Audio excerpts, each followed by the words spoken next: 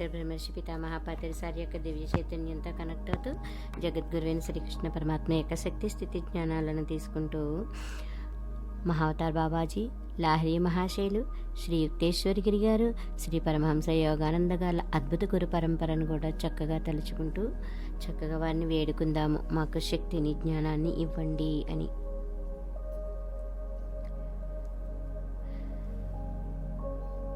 ఆ సమయంలో భూమధ్య స్థానంలో ఎంత కంపన అదురుపాటు కలిగిందో వర్ణించి చెప్పడం సాధ్యం కాదు. పేల్చిన తుపాకీ గుండు ఒకటి లోపలి నుంచి బయటికి దూసుకుంటూ వస్తున్నట్లుగా అనిపించింది.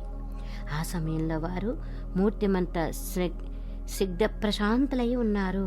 వారి సుందర స్నిగ్ధ దేహం కంటికి ఎంత ఇంపుగా కనిపించిందో, వారి శరీరం అంతా తాజా ఎర్ర గులాబీ పువ్వు వికసించినట్లుగా ఉంది. ప్రయాణకాలే మనసా చలేన భక్త్యయుక్తో యోగబలేన చైవ భ్రువోర్మధ్యే ప్రాణ మావేశ్య సమ్యక్ సాతం పరం పురుషముపైతి దివ్యం.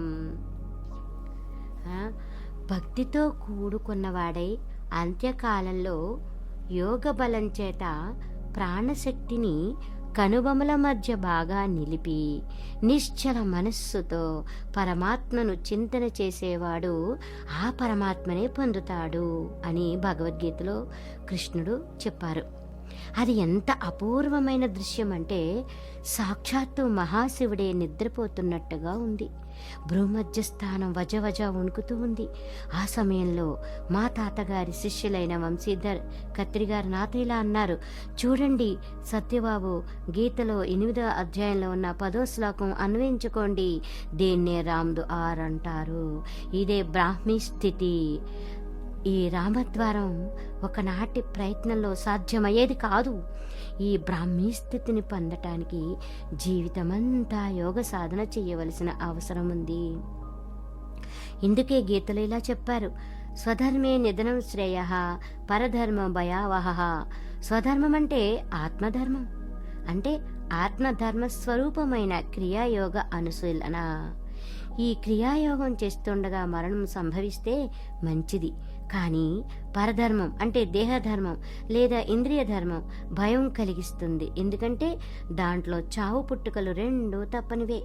ఆధ్యాత్మిక రాజ్యక్షేత్రంలోకి ప్రవేశించటానికి లాహిరి మహాశయులు చూపించిన మాదిరిగా ఈ రోజుల్లో చూపించడం మరెవరి వల్ల సాధ్యం కాదు. వారు గురుదేవులైన బాబాజీ మహారాజుల గురించి అనేక మంది అనేక కట్టుకథలు కల్పించి పెట్టారు. బహుశా తమ ప్రతిష్ట పెరగటం కోసం మాత్రమే వాటిని కల్పించి ఉంటారు.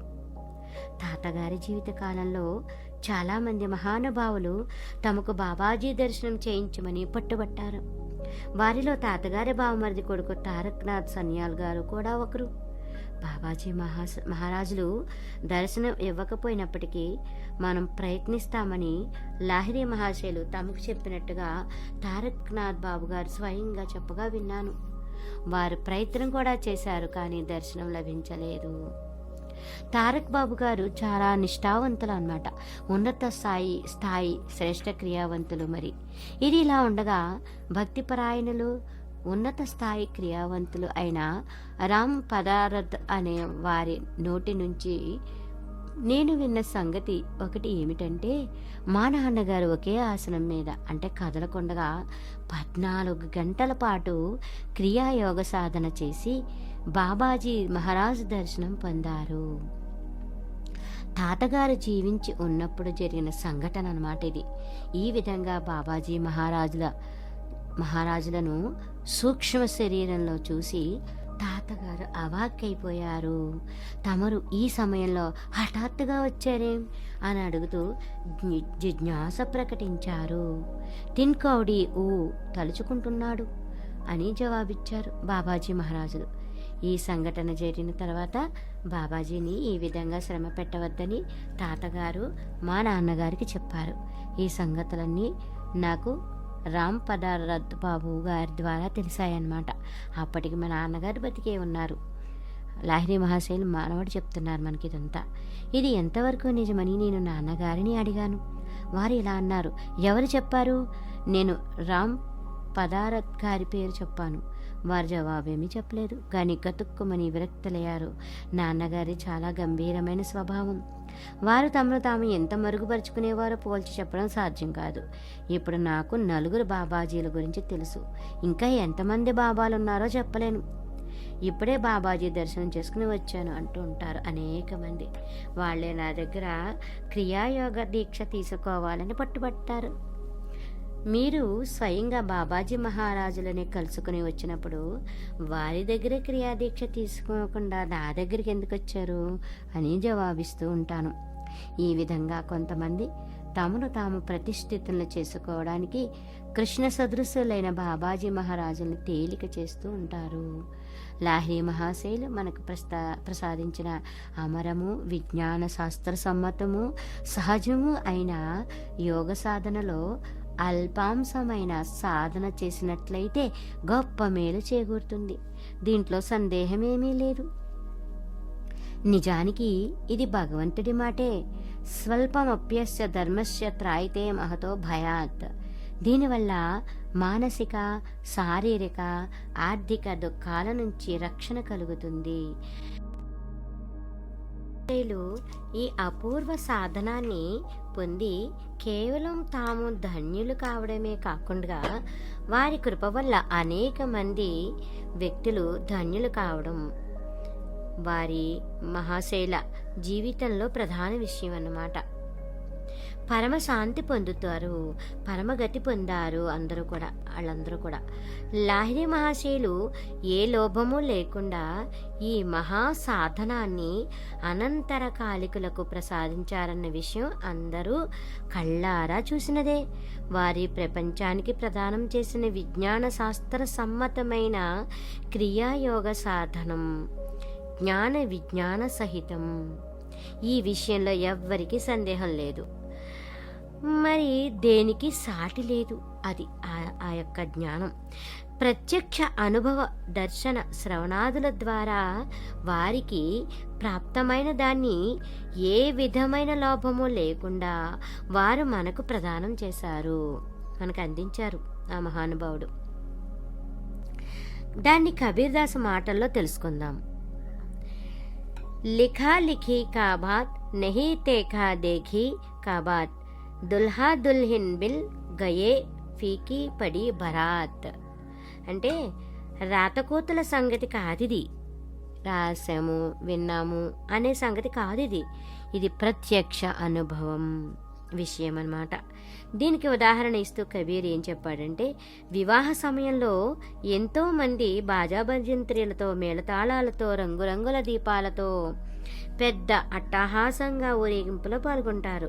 కానీ వధూవరులు ఒక్కటైన తర్వాత ఊరేగింపు వెలవెలపోతుంది. ఎవరి చోట్లకు వాళ్ళు వెళ్ళిపోతూ ఉంటారు. అంటే సాధకుడు ప్రకృతి పురుషుల ఐక్యంలో లేదా జీవాత్మ పరమాత్మల సంయోగంలో సమర్థుడైనప్పుడే క్రియాపరావస్థకు చేరుకుంటుందన్నమాట. క్రియా పరావస్థకు చేరుకుంటాడు. ఈ స్థితి స్వయంగా తెలుసుకోవాల్సిందే తప్ప మన మాటల ద్వారా చేసింది కాదు. అనుభవపూర్వకంగా తెలుసుకునే జ్ఞానం అన్నమాట ఇది. గీతకు అనేక వాక్యాలున్నాయి. అవన్నీ శాస్త్రీయ, బౌద్ధిక, దార్శనిక తత్వాల మీద ఆధారపడ్డ వ్యాఖ్యానాలు. కానీ లాహిరి మహాశయులు ప్రసాదించిన లేదా వారి ఆశ్రితులు, అనుయాయులు అందించినదొక్కటే అనుభవతమైన వ్యాఖ్యానం. అదంతా కూడా మూలంలో అదే ఉంది. గీతలో భగవాను వాచ అన్నదానికి వారు చెప్పిన అర్థం కూటస్థం ద్వారా అనుభవం అవుతోంది, కూటస్థ్ ద్వారా అనుభవ్ హో రహే హై అని. ఎంత అపూర్వమైన వాక్యం ఇది. వింటేనే మనసులో నిజంగా తృప్తి, చల్లదనం కలుగుతాయి. మహాభారతంలో 18 రోజుల యుద్ధంలో శ్రీకృష్ణుడు అర్జునుణ్ణి రథం మీద కూర్చోపెట్టి సాక్షాత్తు సూక్ష్మ రూపంలో ఉపదేశమిచ్చారు.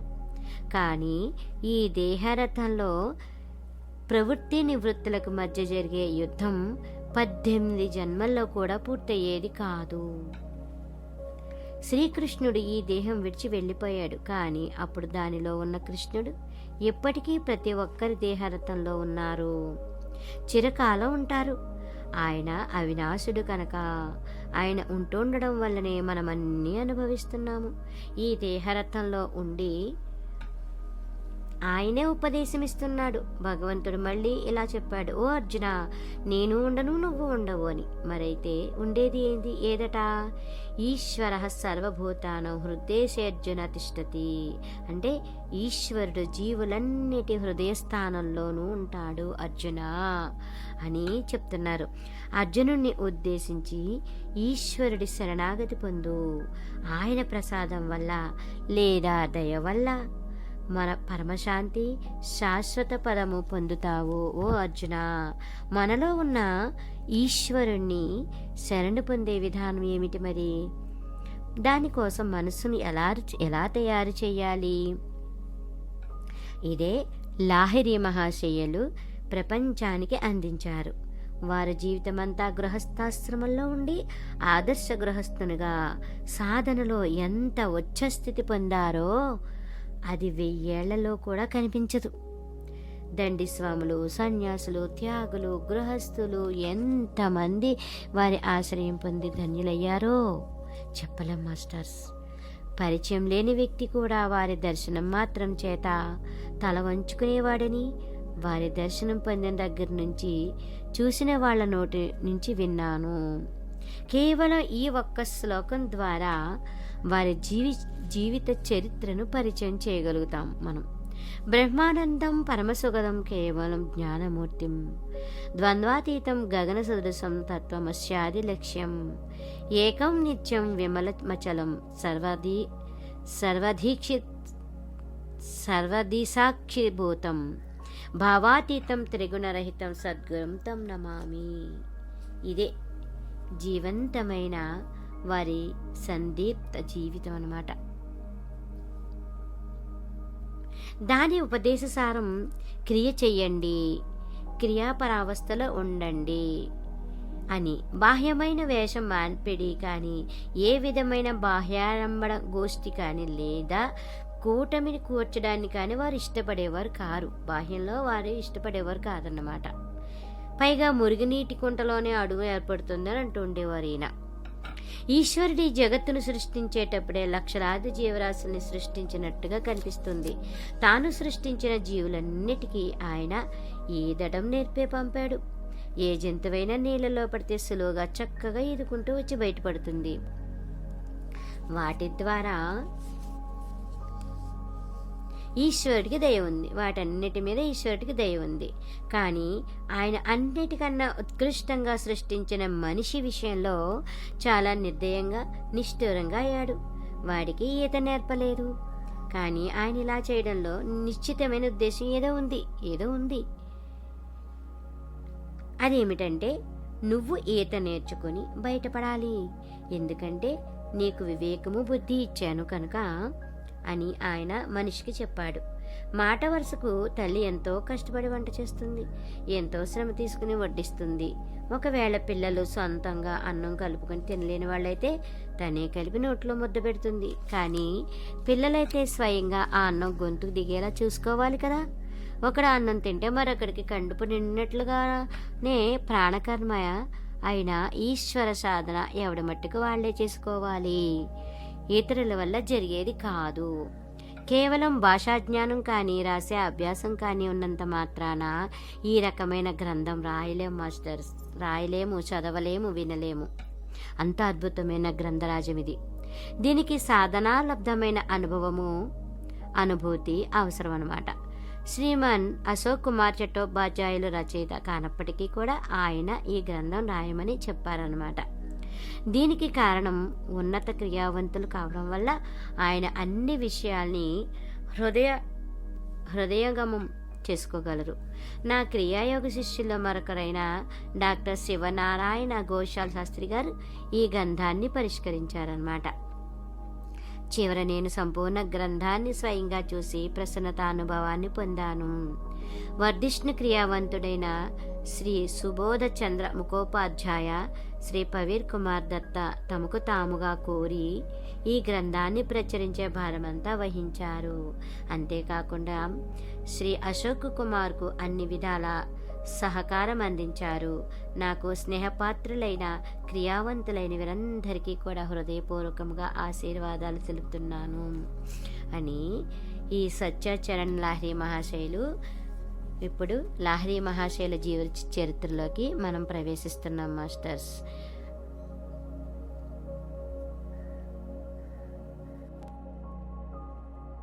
హఠయోగాన్ని అభ్యాసం చేస్తూ ఉంటారు. అనేక ఆసనాలను, ముద్రలను, తదితరమైన వాటిని అభ్యాసం చేస్తూ యోగా అభ్యాసం చేస్తున్నామని అనుకుంటూ ఉంటారనమాట. అయితే వారి అభ్యాసం వల్ల శారీరకమైన ఉపకారం తప్పకుండా జరుగుతుంది. కానీ ఆ ఉపాయం వల్ల శరీరంలో ఉన్న ఆత్మతో అనుసంధానం జరగదు. మనసు కూడా స్థిరం కాదు. మనస్సుకు స్థిరత్వం లేనిదే సాధనా రంగంలోకి ప్రవేశించలేడు. ఇందువల్ల రాజయోగం అవసరం ఏర్పడిందనమాట. కేవలం మనస్సుకు స్థిరత్వం కలిగినంత మాత్రాన సాఫల్యం కలగదు కదా. మనస్సుకున్న చంచలత చాలా వరకు తగ్గినా కూడా ఉపాయం లేదు. ఆత్మ సాక్షాత్కారం కలగనంత వరకు బ్రాహ్మీ స్థితి ప్రాప్తించదు. భూమధ్య స్థానంలో కూటస్థ చైతన్య దర్శనం కలగనంత వరకు మనుష్య జీవితం సఫలం కాదన్నమాట. భ్రువోర్మధ్యే ప్రాణమావేశ్య సమ్యక్ సతం పరం పురుషము పైతి దివ్యం. అంటే దీనికోసం రాజయోగం అనేది అవసరం అన్నమాట. హఠయోగము, లయయోగము ఒక చోట కలవడం లాభకరం. ఇక్కడ రాజయోగం ద్వారా మనసు స్థిరమవుతుంది. లయయోగం ద్వారా ఆత్మ సాక్షాత్కారం కలుగుతుందన్నమాట. ఈ సాధనలను అభ్యాసం చేయడం వల్ల శరీరానికి కలిగిన బడలికను పోగొట్టుకోవడానికి హఠయోగం మాత్రం అవసరం. ఒకే ఆసనంతో ఎక్కువసేపు సాధన చేయడం వల్ల కలిగే జడత్వం హఠయోగం ద్వారా దూరం అవుతూ ఉంటుందన్నమాట. మనం ఈశ్వరుణ్ణి వైకుంఠంలో వెతుకుదాము, క్షీరసాగరంలో వెతుకుతాము, తీర్థాల్లోనూ, మందిరాల్లోనూ, మసీదుల్లోనూ వెతుకుతాము. కానీ మన శరీరంలోనే భూమధ్య స్థానంలో ఎప్పుడు విరాజిల్లుతున్న వాణ్ణి ఎరగము.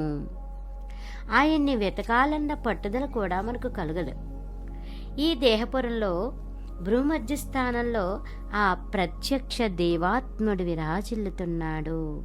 ఆయన్ని దర్శనం చేసుకునే విషయం ఋషులందరూ ఏకవాక్యంతో వ్యక్తం చేశారు. దాని సాధనా పద్ధతిని, కౌశల్యాన్ని పొందే మార్గం చూపించారు.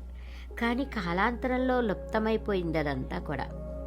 దానికి ప్రధాన కారణం ఏంటంటే సాధనా సాపేక్షత. ఈ సాధనను ఫలింపచేయటానికి కొంత సమయము, ధైర్యము అవసరం అన్నమాట. ఇందుకెవరూ పూనుకోరు కదా. దానికి కూడా ఒక ముఖ్యమైన కారణం ఉందండోయ్.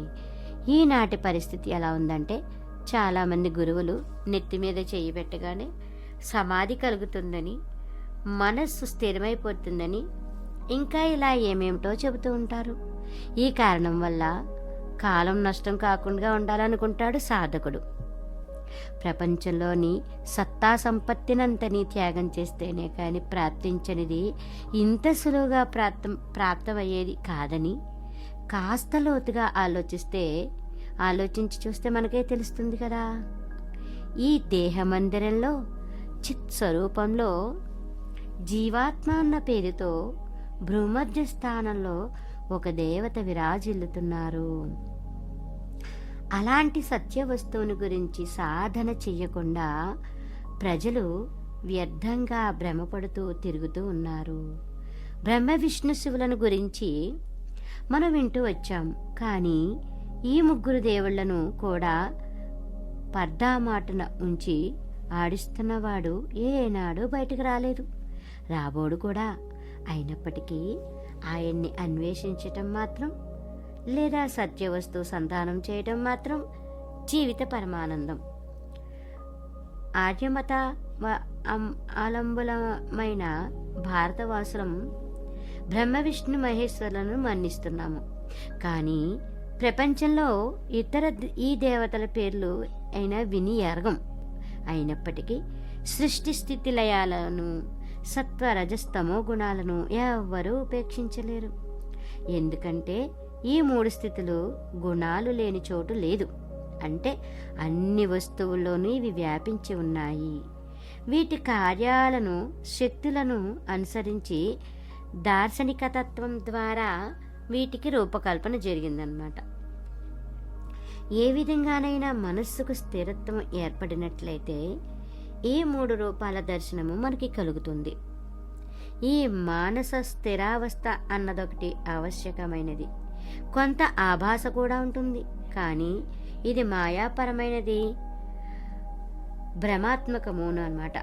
ఎందుకంటే ఈ రూపాలు సత్యము నిత్యము అయినట్లయితే ఏ దేశవాసి అయినా, ఏ మతావలంబి అయినా వీరి దర్శనం పొందగలగాలి. కానీ అలా జరగడం లేదు. కానీ ఎవరికి ఏ విషయాల్ని గురించి బోధ జాగృతమై ఉందో, లేదా ఎవరికి ఏ ధారణ ఉందో దాని దర్శనమే పొందుతున్నారన్నమాట. అయితే భ్రూమధ్య స్థానంలో మనస్సు స్థిరమైన మీదట దర్శనమయ్యే జీవాత్మ లేదా కూటస్థ బ్రహ్మ అందరికీ సులభుడు. ప్రపంచంలోని సమస్త సాధకులకు ఆయన దర్శనం ప్రాప్తిస్తుంది. అక్కడ భిన్నత ఏదీ లేదు. పరమాత్మ అయితే మన పరిధికి అవతల ఉన్నాడు, కానీ జీవాత్మ అంటే కూటస్థ బ్రహ్మ మన పరిధిలోనే, మనకి అందుబాటులోనే ఉన్నాడు. ఘట్ ఘట్ విరాజే రామ్, ప్రతి దేహంలోనూ వెలుగందే రాముడి దర్శనం ఇదే. ఇంత గొప్ప సత్య వస్తువును గురించి మనం ఎందుకు సాధన చేయటం లేదు? దీనికి కారణం మనస్సుకున్న చంచలత్వం అన్నమాట. అయితే మరి మనసు చంచలం ఎందుకు అవుతుంది? ప్రాణం చంచలం కాబట్టి మనస్సు కూడా చంచలమే. ప్రాణానికున్న చంచలత్వానికే మనస్సు అని పేరు. ఏ విధంగానైనా ప్రాణాన్ని స్థిరం చేయగలిగినట్లయితే మనస్సు కూడా స్థిరమవుతుందన్నమాట. లేదా ఏ ఉపాయం ద్వారానైనా మనస్సును స్థిరం చేసినట్లయితే ప్రాణం కూడా స్థిరమవుతుంది. మనస్సు కంటే ప్రాణం స్థూలం. మనం స్వేచ్ఛాపూర్వకంగా ప్రాణాన్ని కొన్ని క్షణాల పాటు ఆపి ఉంచగలం మనం. కానీ మనస్సును నిలిపి ఉంచటం చాలా కఠినం. ఇందువల్ల ప్రాణాన్ని స్థిరం చేయడానికి శ్రేష్టమైన ఉపాయం ప్రాణాయామం. నదుల్లో కల్లా గంగా, మతాల్లో కల్లా ప్రణవం, తీర్థాల్లో కాశీ శ్రేష్టమైనవని అన్నట్లుగానే సాధన అన్నిటిలోకి ప్రాణాయామం శ్రేష్టమైనది, శాస్త్రసమ్మతమైనది అని అందరూ మన్నించేదేను. ప్రాణాయామం అనేక రకాలు. వాటిలో సుషుమ్న లోపల జరిగే ప్రాణాయామం శ్రేష్టమైనదన్నమాట. ఈ ప్రాణమే ఈ దేహంలో ముఖ్య ప్రాణవాయు రూపంలో సంచరిస్తూ ఉంటుంది. శరీరం 5 స్థానాల్లో ఉండటం వల్ల దీనికి 5 పేర్లున్నాయన్నమాట. ప్రాణ, అపాన, సమాన, ఉదాన, వ్యానాలువి. ఈ వాయువుల 5 శరీరంలో సమానంగా ఉన్నట్లయితే మనసు స్థిరంగా ఉంటుంది. ఏ కారణం వల్లైనా వికారం చెందినట్లయితే ఇవి చంచలమైపోతాయి అన్నమాట. ఎలాగంటే వాత, పిత్త, కఫాలు మూడు కనుక శరీరంలో సమానంగా ఉంటే ఒంట్లో ఏ రోగం ఏది ఉండదు. ఏ కారణం వల్ల అయినా వికారం చెందినట్లయితే ఆ కారణాలకు సంబంధించిన రోగాలు పుడతాయన్నమాట. శైత్యం అంటే జలుబు వల్ల కఫం పేర్కొన్నట్టుగా ఉంటుందన్నమాట. ఈ పంచవాయువులు స్థిరంగా ఉండేలాగా చేసే ఉపాయాన్ని లాహిరి మహాశయులు మనకు ప్రదానం చేశారు. ప్రాణాయామం ద్వారా ప్రాణ అపాన వాయువులు స్థిరమవుతాయి. నాభిక్రియ ద్వారా సమాన వాయువు స్థిరమవుతుంది. మహాముద్ర ద్వారా ఉదాన వాయువు, వ్యానము స్థిరమవుతాయన్నమాట. ఈ విధంగా 5 వాయువులు స్థిరం కావడం వల్లే మనస్సు స్థిరమవుతుంది.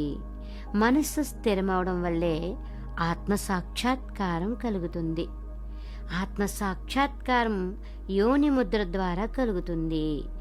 సమస్త ఇంద్రియ ద్వారాల్ని బలపూర్వకంగా మూసి ఉంచి అంటే నిరోధించి మనస్సును 4 వైపులకు పోనివ్వకుండా భ్రూమధ్యంలో నిలిపి ఉంచి నిర్దిష్ట మార్గంలో అభ్యాసం చేస్తూ ఉంటే ఆ అవిజ్ఞేయమైన ఆత్మదర్శనం కలిగి సాధకులు కృతకృత్యులవుతారు. రథే చ వామనం దృష్ట్వా పునర్జన్మన విద్యతే అంటే ఈ శరీర రూపమైన రథంలో ఉన్న వామన దేవుణ్ణి అంటే బొటన వేలంత ప్రమాణం గల పురుషుణ్ణి దర్శించుకుంటే జన్మ సఫలమవుతుంది. ఈ పురుషుణ్ణి దర్శించుకున్న వాళ్లకు పునర్జన్మ అనేది కలగదు. వాళ్ళు ఎప్పటికీ ముక్తులై ఉంటారు అని భగవద్గీత పురుషోత్తమ యోగంలో చెప్పిన పురుషుడు ఈయనే. ఈయన దర్శనం పొందితే సాధకుడి జీవితం కృతార్థమవుతుంది. కబీర్ ఈ రహస్యాన్ని చాలా అందమైన రీతిలో చెప్పారనమాట. ఎలా అంటే మర్తే మర్తే జగ్మరా మర్నా న జానే కోయ్ ఐసా మర్నా కోయే నా మరా జో ఫిర్ నా మర్నా హోయ్ మర్నా హై దు ఈ బాతి కా జో మర్నా జానే కోయ్ రాముదు ఆరే జో మరే ఫిర్ నా మర్నా హోయ్ అంటే ఈ లోకంలో ప్రతిరోజు జనం చేస్తూనే ఉన్నారు, కానీ దురదృష్టవశాత్తు మళ్ళీ చావు రాకుండా ఉండేలా చనిపోయిన వాళ్ళు ఎవ్వరూ లేరు. లోకంలో చావులు 2 రకాలు. ఒకటి మామూలు చావు, ప్రతిరోజు చూస్తున్నదే. మరొకటి అసాధారణమైన మరణం, దాన్ని రామ్ దుఆర్ అంటే రామద్వార మరణం అంటారనమాట. అంటే రాముడి గుమ్మంలో చనిపోవడం అని అర్థం. మామూలు మనుషులు దీన్ని ఏ రాముల వారి కోవిల ముందో చనిపోవడం అని అనుకుంటారు. కాదు, ఈ రామద్వారం ఏమిటి?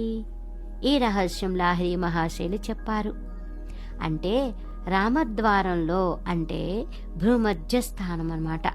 కనుబొమల నడిమి చోటులో కూటస్థ ప్రాణాన్ని మనస్సును స్థిరంగా నిలిపి ఆ పరమపురుషుణ్ణి దర్శిస్తూ శరీరాన్ని విడిచిపెట్టే వాళ్లకు పునర్జన్మ కలగదు. ఇది చాలా వాస్తవమైన విషయం, సత్యమైన సాధనే, కానీ ఒట్టి మాటలు కావు. జీవితమంతా సాధన చేసిన వాళ్ళకి ఇది సంభవం అవుతుందన్నమాట. క్రియాయోగ ఉద్దేశ్యము, దానికి ఫలము కూడా ఇదే. ఈ విధమైన మరణాన్ని నేను ప్రత్యక్షంగా కళ్ళతో చూశాను అని చెప్తున్నారు లాహిరి మహాశైలి గారి మనవడు. అంచేత ఇంత గట్టిగా చెప్పడానికి అర్హత, అనుభవము పొందాను. ఇది కేవలం ఎవరో చెప్పగా విని అలాటగా ఇలాటగా అంటూ చెప్పే మాట కాదు, కళ్ళారా చూసిన దృశ్యం ఇది. ఎంత అద్భుతంగా ఉందో ఆ మరణం. మా నాన్నగారి మరణాన్ని కళ్ళారా చూశాను, ఇంకా చాలామంది చూశారు. వారి సమస్త ప్రాణవాయువును సంపూర్ణంగా నొసటి మధ్య చోటికి లాగి మనస్సును అక్కడ పూర్తిగా నిలిపి శరీరాన్ని విడిచిపెట్టారు.